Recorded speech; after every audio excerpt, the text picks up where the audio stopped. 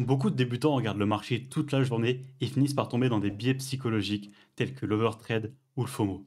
Pourtant, il existe un concept simple qui va te permettre de trader au meilleur moment. C'est les kill zones. Dans cette vidéo, tu vas comprendre pourquoi tu dois faire attention à tes horaires de trading et en quoi c'est essentiel pour atteindre la rentabilité. Alors, qu'est-ce qu'une kill zone? C'est plutôt simple, c'est des fenêtres horaires où la volatilité est le plus élevée. Donc c'est des moments où le marché bouge le plus. Et c'est le cas car ça correspond au pic d'activité des différentes bourses. Faut pas oublier que ce qu'on trade, c'est ancré dans la réalité, donc c'est aussi calé sur le rythme de travail des banques, des institutions ou des entreprises, car c'est eux qui font vraiment bouger le marché. Et donc voici les trois kill zones principales. T'as l'ASIAN, la London et la New York. Je t'ai mis les horaires Paris, UTC+2 et les horaires NI en fonction de tes préférences et pour qu'on soit tous sur le même pied d'égalité en fonction des horaires parce que je sais que tout le monde ne trade pas en France. On va commencer par l'ASIAN qui est la première qui vient dans une journée en tradant en Europe. Elle se passe en heure française de 2 à 6 heures. Ça va être la session mineure, celle sur laquelle il y a le moins de mouvement parce que je pense que pour la plupart d'entre nous, les actifs qu'on trade sont surtout influencés par les États-Unis, voire l'Europe si vous tradez par exemple l'euro USD, mais pas l'ASIAN. Je connais pas grand monde qui trade les indices asiatiques. L'ASIAN qui prend en compte Sydney et Tokyo, c'est pour ça que tu vois qu'elle fait 4 heures alors que les autres font 3. C'est une session qui va, je te l'ai mis là, qui va toujours être lente, qui va surtout être une accumulation. Tu vas voir qu'en fait le prix va faire ça pendant l'ASIAN et après là, pendant la London, tu vas prendre un pic d'un côté et puis pendant la NA, tu vas prendre un pic de l'autre. Mais genre c'est une session qui se regarde mais qui se traite pas pour le coup. Je traite pas l'ASIAN.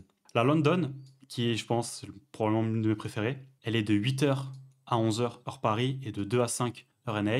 C'est la session qui pour le coup va bouger, mais pour ceux qui traitent des actifs qui sont corrélés à l'Europe, qui sont liés à l'Europe. Donc si vous tradez Euro USD, vous tradez GBP USD, vous tradez le 440, tout ça c'est des actifs qui vont être touchés par la London parce qu'il y a des liens avec l'Europe. Si vous tradez des indices américains, la London, c'est pas là où ça va bouger le plus. Il va y avoir des mouvements parce qu'il va y avoir des transactions de flux entre les entreprises européennes et les entreprises américaines et elles vont se faire aussi pendant la London. Donc, tu vas avoir des mouvements sur les autres indices, mais le gros du mouvement pour les indices américains, ils vont être là, on y vient après. La London, elle va surtout servir à chasser l'Asian. Donc je t'ai dit, l'Asian, elle fait ça. Donc en gros, elle crée beaucoup de liquidités en haut et en bas.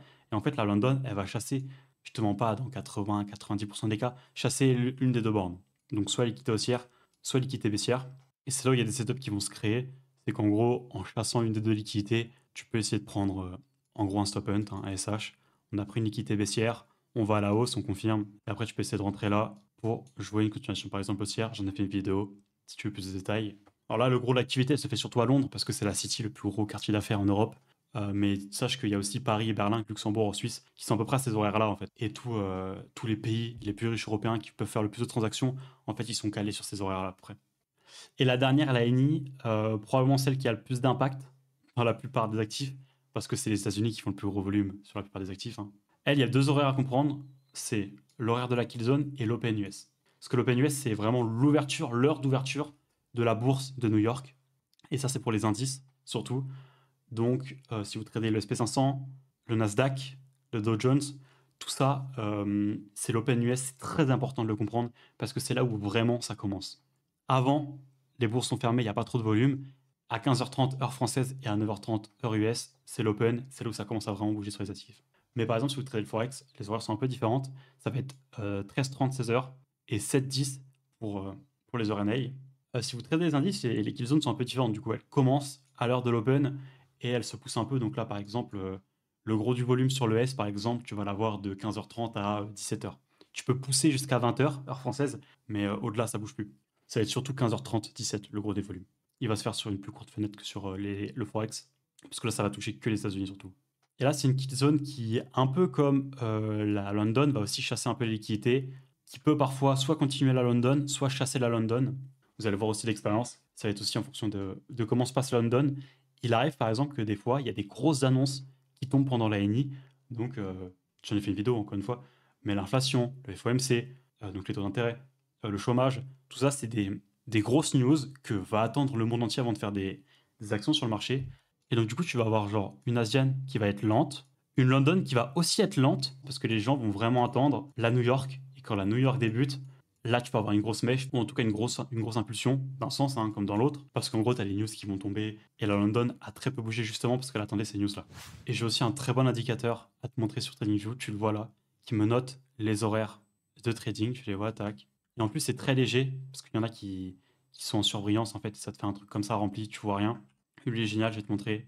Tu vas dans indicateur et tu le vois ici, session d'Elysium. Donc tu auras juste à marquer session ici avec un S et tu vas le trouver un peu plus bas. Moi je l'ai liké, du coup il est en favori, mais tu vas l'avoir un peu plus bas là. Pas attention au nom du créateur, mais c'est celui que j'utilise. Et je vais te montrer un peu les paramètres pour que tu aies la même chose que moi. Tu le vois là, alors moi je vais enlever jour et semaine, parce qu'après du coup ça devient illisible. Juste heure, style je le mets comme ça et paramètres d'entrée. Alors regarde bien, c'est ces horaires là, faut que tu utilises, je te montre mes paramètres. Je scroll, je te laisse prendre, mettre en pause et utiliser les mêmes. Voilà.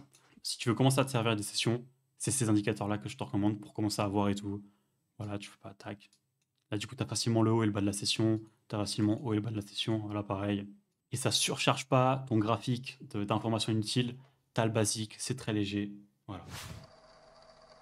Il y a plusieurs points abordés sur lesquels les kill zones ont vraiment un impact. Mais le plus important, c'est le filtrage de ces horaires en trading. Comme je te l'ai déjà dit, la volatilité est concentrée sur ces horaires-là. Donc savoir les horaires où le marché bouge vraiment va te permettre d'éviter de perdre ton temps sur des périodes creuses. Par exemple, après 20 heures heure FR, il n'y a plus rien à gratter sur la plupart des actifs. Donc tu n'as plus besoin d'être sur les graphiques à ce moment-là. Donc ça va t'aider à comprendre que trader toute la journée, c'est une mauvaise idée. Et c'est une erreur très commune que les débutants font. Mais je te le dis, vaut mieux une bonne concentration sur des moments plus courts qui comptent vraiment qu'une concentration moyenne sur toute la journée. Faut que tu cherches à trader quand le marché bouge vraiment. Il faut aussi que tu voyes les kill zones comme un filtre. C'est une règle que tu ajoutes à ta stratégie pour mieux filtrer tes trades. T'attends pas de setup en dehors, tu trades uniquement les horaires que tu t'es imposés, ça te permet d'avoir moins de bruit, moins d'erreurs et moins de trades inutiles. Et enfin, c'est quelque chose qui est beaucoup négligé, mais ça va te permettre de créer une discipline et une routine dans ton trading. T'as pas besoin de rester collé sur tes écrans de 8 heures à 20 heures. Tu connais tes horaires, tu vas sur le marché à ces horaires-là, t'appliques ton plan, rien de plus, rien de moins. Donc par exemple, si tu décides de trader la London, tu arrives à 8 heures sur les marchés, tu fais ton analyse, tu trades. À 11 heures, grand max midi, tu as tout coupé, tu fais ton récap, tu journales un peu tes trades, t'arrêtes et tu prends plus de position pour le reste de la journée. Tu peux backtester, tu peux review et tout, mais tu ne prends plus de position. Tu peux trader 2 heures par jour et réussir, faut que tu le saches. Et ça devrait même être ton objectif. Tu dois chercher à tellement optimiser ta stratégie qu'avec peu de temps, tu obtiens de gros résultats. Et c'est pour ça qu'on s'est lancé dans ce business-là. À la base, c'est trader d'où on veut, quand on veut. C'est pas une vie de trader 15 heures par jour. C'est pas ce qu'on veut. Nous, ce qu'on veut, c'est optimiser, trader le moins possible et obtenir le plus gros résultat possible. Et après, kiffer le reste de sa journée. Et en résumé, qu'est-ce qu'on en retient? Il faut que tu comprennes que les kill zones, c'est le pic d'activité des différentes bourses. Et donc, c'est les fenêtres horaires où la volatilité est plus élevée.